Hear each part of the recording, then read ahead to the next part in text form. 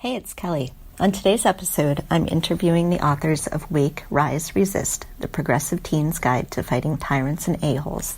I wanted to let you know that the authors will be offering a giveaway to our listeners. You just need to go to the Wake, Rise, Resist blog at wakeriseresist.com/blog. Happy reading!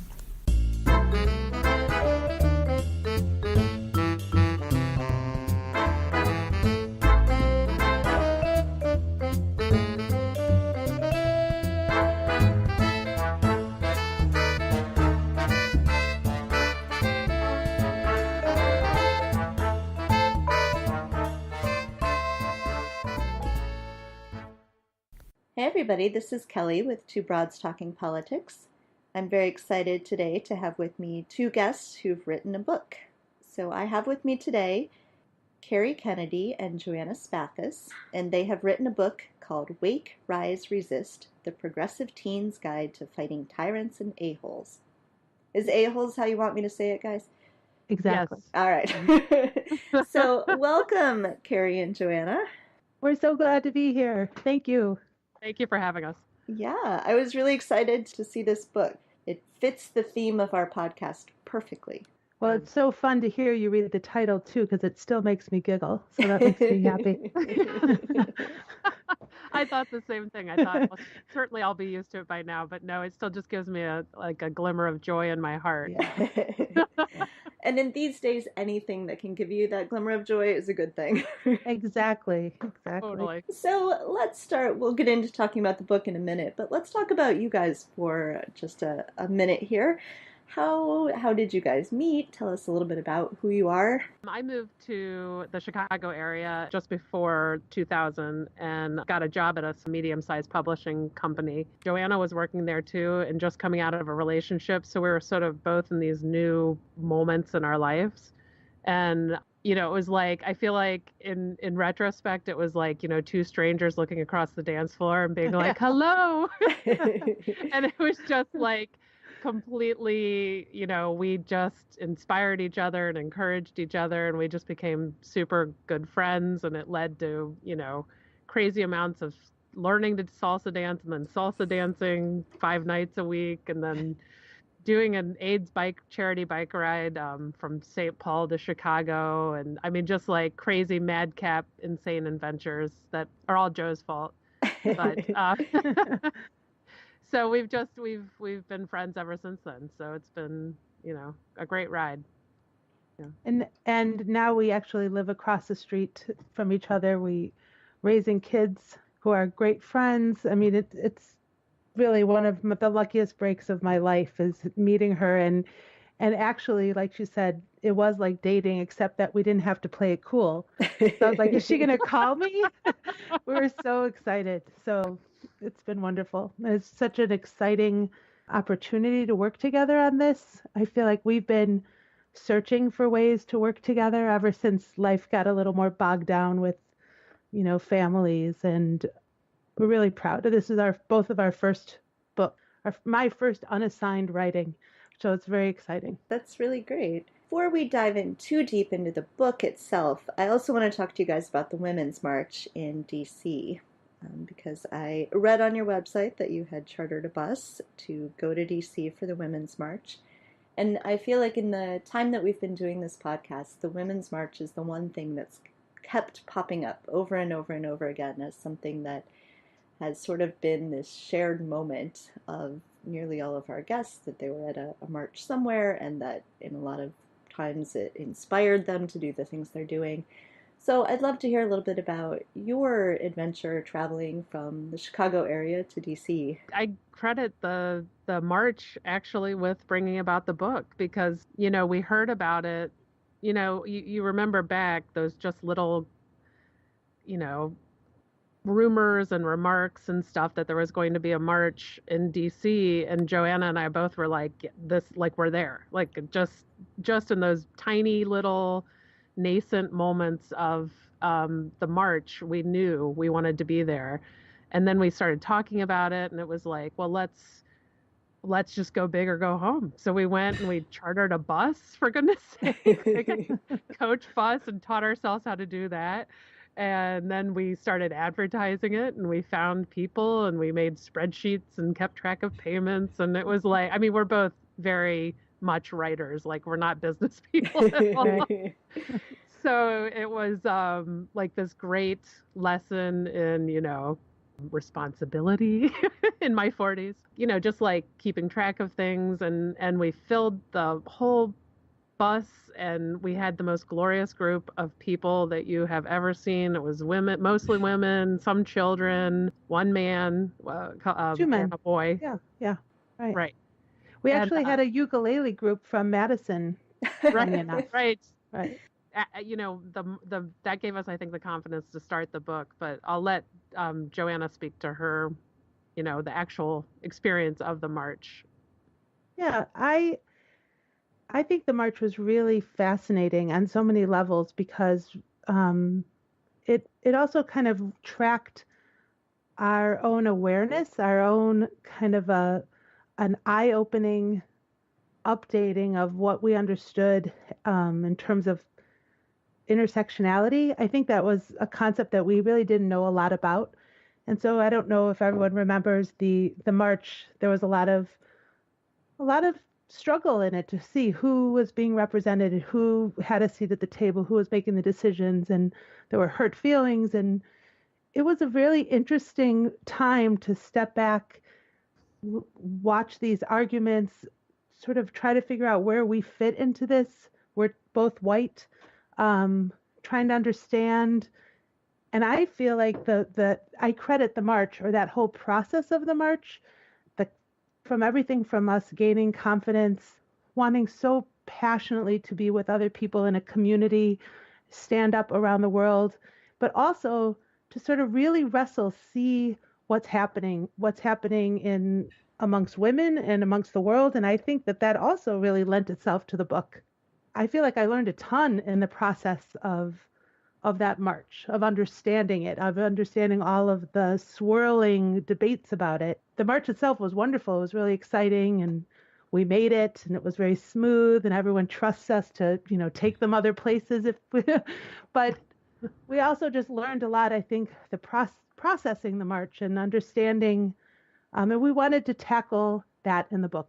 We wanted to be at the forefront and look at these difficult or challenging conversations and face them. So I think that also was one of the reasons for the book. If I can follow along on that, I remember at the march, one of the signs that there were so many amazing signs, but one of the signs I remember the best was a group of four women of color, all young, and they had signs that said "fuck white feminism," and I was like, Joanna and I had discussed the controversies that were surrounding the march already. And it stuck with me just thinking about that sign. And it's really been such an interesting year where I still think about that sign, but I'm away from my knee-jerk annoyance by it, where it's like, what are you looking at me for? I'm doing the best I can. And now starting to sort of let myself see my role in the process of overcoming, this history of problematic relationships between women of all colors. And it's exciting, It's exciting. It is. It's scary if you look at it one way, and then if you look at another way, you think, my God, the world is changing. Like, I am changing, and the world is changing with me, and my best friend is there with me doing it, and we're talking about it. And I can turn to anyone at this point and say stuff about race, and I feel like, probably my old Aunt Sarah would probably be like, oh yeah, I've read something on that. It's very thrilling to think that there might be something truly remarkable to come out of this horrid experience with the election, to think about that, there might be systemic movement happening. I certainly feel it in myself. I know Joe does too. I feel like now I applaud that sign. I love those kinds of signs, and I'm excited by the conversation that comes out of that. And just to sort of take it a step back again, we've been looking for ways to help, and we have been. We both volunteer, we're activists, we try to be involved because we're mothers. We have friends and our own children. We all can relate to that feeling of going into our kids' bedrooms in the morning after the election and thinking and having to explain to them why the guy who we've been making fun of for all these months won. Yeah, that was a very tough moment. Oh, Really? awful. Yeah, Yeah. I think I'm still trying to help them make sense of it, how they Hmm. can, because they're still very disrespectful, and I struggle with wanting to have teach them respect for the office and not normalize the guy. So when we started meeting friends who would say, my kid is struggling, or I don't know how to explain this, or I don't know how to get my family involved, we thought, this is it. This is our book. This is Yeah. our moment. One thing that you said that I think really sort of struck me is saying not only is the world changing, because we're seeing that. I think we see that all around us, but also that we're changing. And I've felt that too. I mean, I had that same sort of knee-jerk reaction, I think, a couple of times to some of the Mm-hmm. things I was seeing. I was very involved in knitting pussy hats, and there was some of that same sort of swirling debate around, who does that actually represent, and is there a problem with the color of the hat, and those sorts of things. And I remember at first being like, no, you don't get it. It means this, and then sort of having to force myself to take a step back and say, okay, wait, Mm-hmm. I need to accept that there are things that I'm not thinking of. There are things that my own privilege isn't letting me see yet. But yeah, I think it's been a good journey for all of us who have sort of opened ourselves up to hearing these discussions and participating in them. Mm-hmm. It's exciting to hear you saying such It is. similar things to what we've been talking about for months. It is. And it's so exciting. We talk about growth mindset in the book, this updating of, both all of us, I bet, are, lifetime kind of progressive thinkers and fancy ourselves to be on the right side of these issues and forward thinking. And yet I've learned more about race, about feminism, about power and privilege in the last year than I've ever even thought about. I mean, I exponentially have changed. And I think that's really exciting, and it makes me feel younger too, which I appreciate. I really appreciate. So I love that I hope that we're all thinking, and it's hard not to see it now. Yeah. It's almost impossible not to see it, which is Mm-hmm. exciting. So let's talk about your book and how we can help teenagers see this. You've talked a little bit about how the idea for the book came about, but how did you decide to make it in this format? So let's talk a little bit about what the format is for people who haven't read the book yet, and then, what made you decide to sort of frame it in this way with some actions that people could do? The book is 128 actions, and every single one of those, our criteria really was, is it practical? We both had these memories of books that we read when we were young where it was like, you should do this crazy pie in the sky thing. And it was like, that is 100% what we did not want. So we sat down and just tried to think of different ways that teens actually could get involved in the fight. And, some of them are more reaches and some of them are less reaches, but every single one of them is something that is absolutely doable. So we really wanted to, be able to reach out to the teens in this realistic way. That was fun too, because that led to us writing it in a really snarky writing style. So we think it's got a really nice, fresh voice that's readable and understandable and engaging. It's broken up into 10 chapters, and we really tried to make it go from the beginning, where it would be the most useful to anyone who had never ever been involved and never really thought about being involved, and then sort of build throughout the book more comprehensive and more in depth, and talked more about the certain issues, and then sort of taper from there and talk about how to continue to be in the fight. We think we have created a really useful book, which I think is probably the thing I'm the most proud of, to be honest. It's really something that I think any person, young or not, could pick up and become a much, much better person for reading it.